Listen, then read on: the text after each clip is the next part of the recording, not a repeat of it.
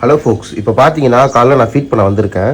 நிறைய பேர் சொல்லுவீங்க இந்த மாதிரி டயோ இந்த மாதிரி டபுள் கலர் உள்ள பில்லெட்லாம் யூஸ் பண்ண வேணாம்னு சொல்லுவீங்க. பட் அப்படி கிடையாது.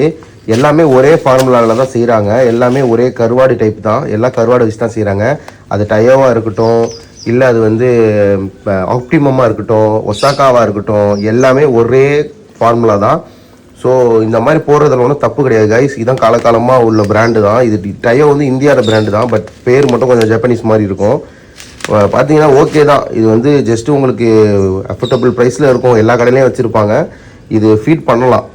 எப்படி எவ்வளோ ஃபீட் பண்ணணும், மீனுக்கு எவ்வளோ ஃபீட் பண்ணணுங்கிறத இன்றைக்கி நான் வீடியோவில் சொல்ல போகிறேன்.